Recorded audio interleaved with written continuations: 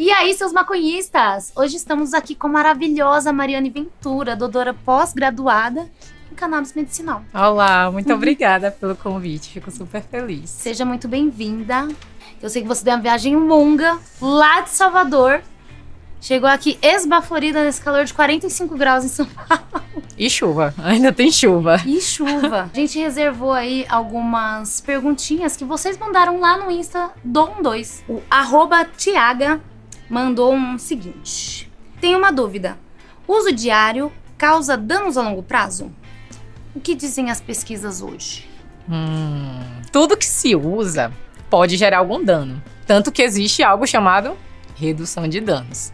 Para justamente você reduzir esses possíveis malefícios. Porque de tudo, desde um açúcar, um café que você usa excessivamente, assim como se você fumar cigarro ou beber, ou também em relação à maconha. A verdade é essa.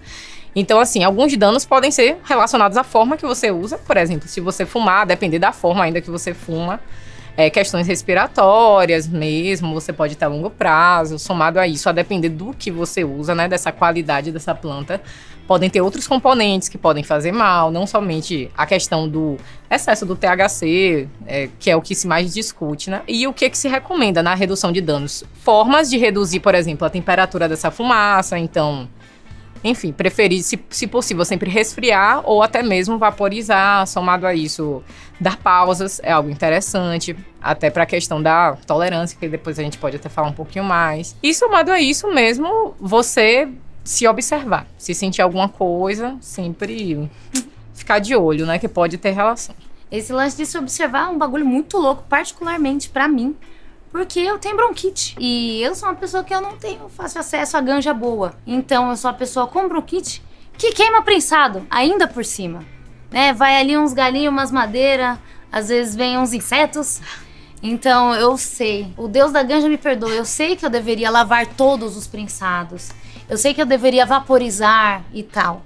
Mas nem sempre rola, né? É que a rotina, o bagulhozão é doido. Se você quer fazer o uso contínuo, que é uma decisão da pessoa, se sim ou se não, ter consciência, né? Ter acesso à informação. É justamente isso, a gente trazer informação. Aí a pessoa avalia, né? Se consegue ou não colocar na prática. A gente tenta, com muita força. Cartas para a Fabi mandou. A minha mãe sofre muito com dores de artrose. O óleo de CBD é uma boa para tratamento? Como funciona para conseguir uma prescrição médica? Bom, em relação à artrose, CBD é maravilhoso para isso, em vários aspectos, né? Tanto pode se usar o óleo, como ela citou, ou até mesmo um uso que a gente chama tópico, né? Que é em cima da pele, que ajuda a aliviar um pouco e isso, massagear também, que eu adoro, inclusive. Que legal! Eu não sabia disso, não.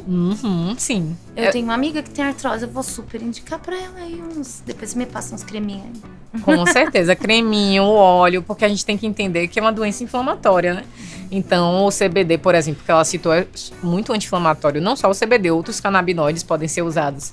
O famoso THC, tem também o CBG, que é, por exemplo, quando o THC ele envelhece, ele pode ser convertido parte em CBG. Então, o CBG é bem interessante, porque ele não tem tanto aqueles efeitos psicoativos do THC, ele tem bem menos, na verdade, quase nada. Porém, ele tem um efeito anti-inflamatório bem legal. E aí, para conseguir a prescrição? Pronto, para conseguir a prescrição, consulta, né? Então, ele vai... Já faz seu jabá, doutora, manda ver. Pronto, então, eu vou falar logo que eu sou do Nordeste, como foi dito, né? Sou de Salvador, então eu atendo em Salvador. Além disso, telemedicina todo o Brasil e fora do Brasil, porque eu tenho paciente até fora que eu só oriento. E somado a isso, também comecei a partir desse mês a atender aqui em São Paulo, na Liberdade, na Clínica Baobá, quem tiver interesse. Aí pode olhar o meu Instagram, o Instagram da Baobá, para agendar. Sempre tem espaço para mais um. Aí a pessoa vai ter a prescrição e você pode comprar. Aí os produtos, né, que a gente cita, por exemplo, óleo, creme, para você comprar, você pode comprar ou em farmácia tem poucos produtos, certo? E normalmente são produtos com a concentração menor, às vezes isolados, tem bem menos opções. Aí a maioria das pessoas ou importam ou compram de associações daqui do Brasil. Tudo com receita, tá? Para ter acesso. Antes da próxima pergunta, um recadinho da loja 12. Porque tá rolando a Semana do Consumidor lá na loja 12, meu parça. Na moral, tem várias paradas com desconto que nunca existiu. E tem brinde nas compras acima de 100 conto em produtos. Então se você levar, por exemplo, uma peita da última coleção, mais uma meinha da Ganja, tu já garante um chavador da Esquadafon na faixa, meu pai. Então não vacile e aproveita a Semana do Consumidor na loja 12, fechou? Próxima pergunta. A Underline One perguntou: pra quem tem predisposição genética a Alzheimer, a maconha pode agravar a doença? Então, na verdade, seria o contrário. Porque assim, primeiro bora entender, né? A pessoa tem predisposição, ok, mas não significa que ela vai vir a desenvolver. Porque toda doença, na verdade, é sempre multifatorial. Então, a parte genética influencia, mas questões relacionadas a hábitos de vida, uso de medicações, podem influenciar. Inclusive, contaminação também, por exemplo, contaminação do solo, dos nossos alimentos, por exemplo. A gente se contamina muito. Alumínio. Agrotóxico pode agravar? Pode agravar. Eu digo alumínio a panela, por exemplo, né? Panela. Então, são várias formas de contaminação que podem ter associação com demências, né? Que entra o Alzheimer como exemplo. A cannabis poderia ajudar em vários aspectos. Primeiro que a gente pensa, porque cannabis tem até um mito, né? Cannabis é ruim para o cérebro. Mas cannabis ajuda muito o cérebro, principalmente o cérebro adulto. A gente tem que tomar mais cuidado com criança, com adolescente, pela questão da formação do cérebro. Mas para o cérebro adulto é muito bom. Tanto que Siddhartha Ribeiro, né? Que acho que muitos conhecem, ele fala que a cannabis é muito mais para os idosos do que para os jovens, apesar de culturalmente a gente associar muito a questão dos jovens, né? Porque justamente o cérebro idoso, ele tende a perder as células envelhecerem, assim como os neurônios, e aí a cannabis ajuda num processo chamado neurogênese. Às vezes a gente tem aquele conhecimento, principalmente, né, a depender da idade da pessoa, né? De que o cérebro, ele, digamos assim, não rejuvenesce, ele não consegue, digamos assim, se morrer uma parte, acabou. E não é assim. Na verdade, o cérebro, ele consegue fazer novas conexões, ele consegue, inclusive, gerar novos neurônios com certos estímulos. Então, pode ser, por exemplo, o CBD, principalmente, tem mais estudos mostrando isso. No caso do Alzheimer, o que acontece? A cannabis, alguns estudos mostram que ela age justamente na causa do Alzheimer. Então, exatamente, na formação de uma placa chamada beta-amiloide, que se forma entre os neurônios. Porque, digamos assim, os neurônios, eles estão lá falando, mandando as conexões um pro outro, né?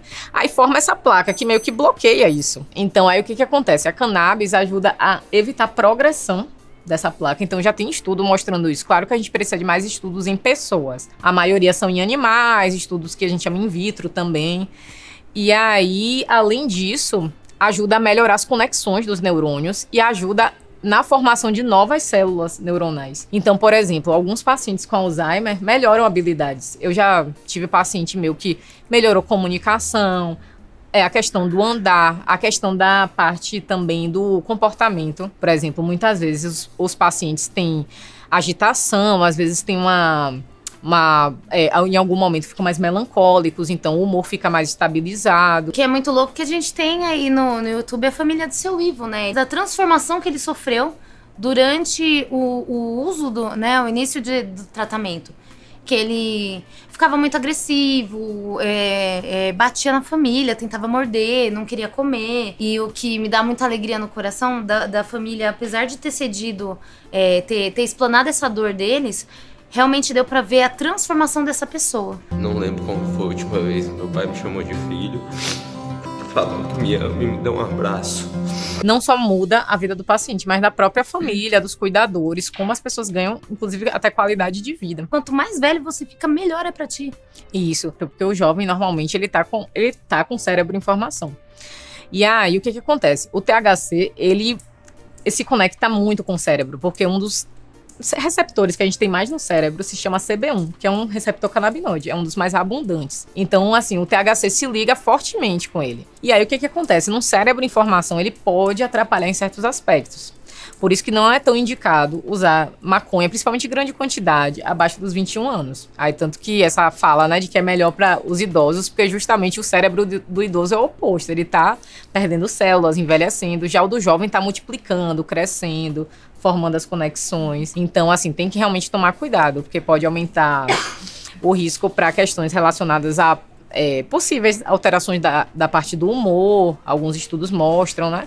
Assim como alterações relacionadas à parte da memória, porque de fato mexe com isso. É aquilo, né? É a gente entender também os riscos, porque é importante a gente falar, maconha é bom pra muita coisa, mas tem que ter os cuidados, os riscos. Tem todos os poréns aí, né? Isso, exatamente. A proibição por proibição, ela não diminui o uso das pessoas, não tem impacto. Esses estudos comprovam que não tem impacto, de fato, na população diminuir o uso de uma substância porque ela é proibida. Mas as pessoas têm acesso sem ter informação. Então, muitos jovens começam a usar sem nem saber disso, que pode causar algum tipo de dano. Como é que eu reduzo o dano? Como é que eu faço para ter os cuidados? As pessoas não têm acesso à informação. Continuam usando e, somado a isso, ainda podem usar algo que não é tão legal, porque não tem controle de qualidade. Então, pode ter contaminante, um monte de coisa. Ia com baratinha e tudo, não tava nem aí. Pois é, aí nem vegano é, né? E a informação que chegava em mim é que eu ia começar com banza e ia acabar no crack. Isso Nossa. fazia eu deixar de usar? De jeito nenhum. Plínio.carneiro. Maconha realmente deixa a pessoa sujeita à esquizofrenia? Essa é polêmica, viu? Porque, na verdade, não é que maconha deixa sujeito. Uma pessoa que tem tendência a ter alguma questão psicótica, como esquizofrenia, por exemplo, nem todas as pessoas sabem, esse é o detalhe.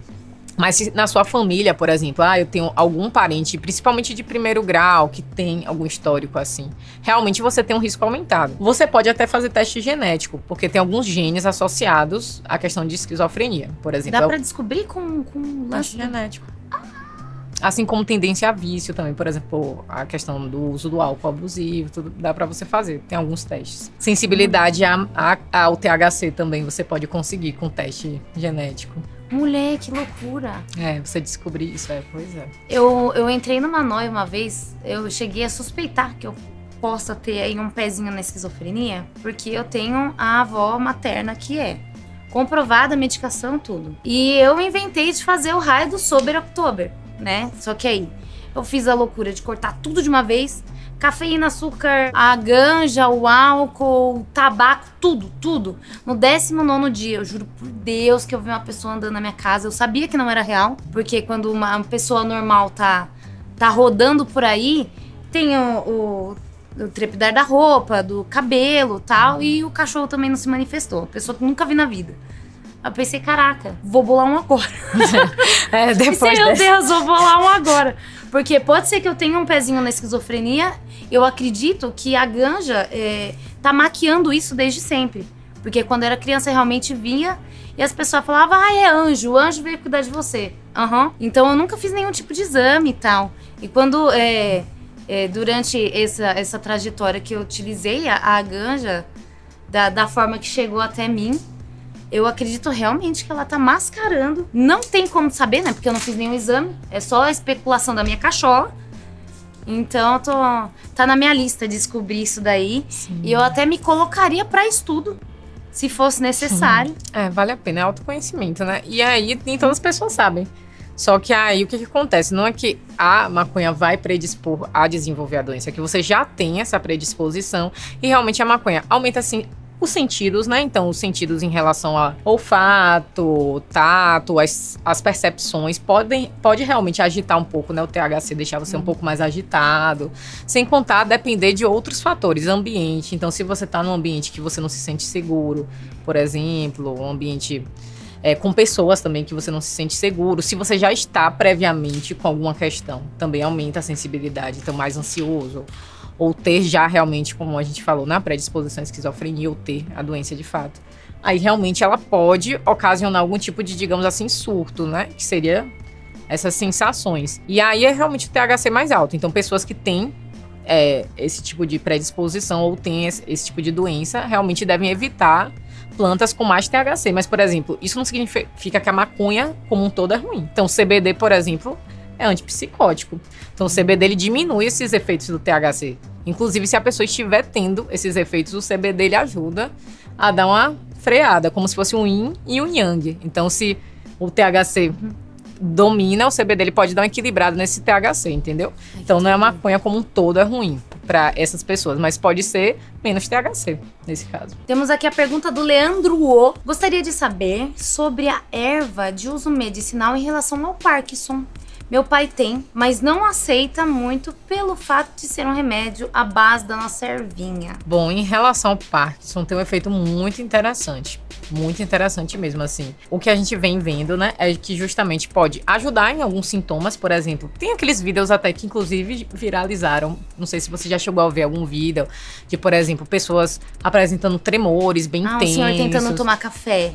Esse vídeo é uma loucura. E usando o óleo e tendo aquela melhora bem significativa. Não que todo caso é assim, porque eu acho, inclusive, uma das doenças mais difíceis de, assim, achar a dose certa, o produto certo. Tem pacientes que são bem complicados. Principalmente quanto mais avançada a doença, pior. E aí, ajuda bastante nos tremores, nos sintomas em si, porque, por exemplo, a coisa se alimenta. Então, normalmente, o tremor gera ansiedade no paciente, porque ele vê que as pessoas o veem tremendo. E aquela ansiedade piora o tremor. Aí então, o Parkinson não é só um lance motor?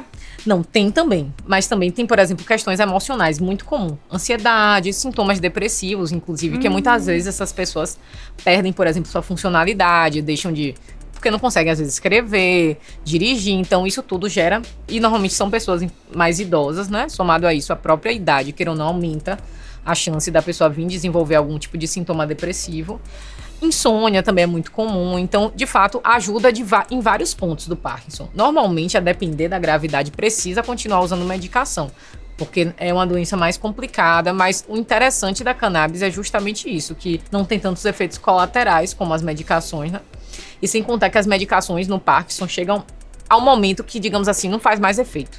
Não faz diferença de você continuar ou não a medicação, aí é aquele paciente, principalmente os pacientes mais graves, muitos anos de Parkinson, muitas vezes já não muda tanto a vida do paciente. Então, o óleo, ele pode se tornar uma possibilidade de melhora para essas pessoas. Menina, que doideira. E, tipo, esse vídeo do rapaz do café é um senhor, né? Que ele tá explanando mesmo esse lance da dificuldade, né? E ali tem um tempo que, tipo, daquele tremor dos braços dele que tava até torto já, ele consegue conversar e gesticular normalmente. E foi um dos primeiros vídeos que eu vi desmistificando, assim, a ganja num nível que eu pensei, caraca, esse daqui não é oba-oba, não é dorguinhas de rolê, né? Foi uma das primeiras mídias que eu tive acesso, assim, que eu pensei...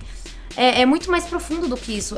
Vai muito além do que a galera tá se esforçando tanto pra demonizar. Sim. Pra gente tentar expurgar da nossa vida. É um bagulho que pode ser muito bom. Má, deixa seus arrobas aí. @DRA de doutora, Mariane Ventura. E lá você pode entrar em contato, pedir informações sobre o consulta. Na DM mesmo. Na DM, ou então já tem um contato da minha secretária, que é até mais fácil. Se você quer já agendar a consulta, já tá no lugar certo. Demorou. Então, como a galera mandou muitas perguntas, a gente vai fazer aí uma parte 2 pra gente conseguir deschavar a Mariane Ventura, a doutora fodaralha da maconha. Obrigada. Esse conteúdo é tudo que tá escrito aqui, ó, no nosso texto legal, e ele é possível por causa dos nossos apoiadores do Apoia-se. Se você quiser ajudar também, cola aqui em apoia.se/12 que mantém várias recompensas aí pra você, ó. Tem vídeos de bastidores exclusivo pros apoiadores, tem sorteio e tem nossa session de sexta, tradicional já session de sexta, que a gente cola lá no Discord, troca uma ideia, queima um negocinho, por que não? Cola com a gente, vem que tá gostoso.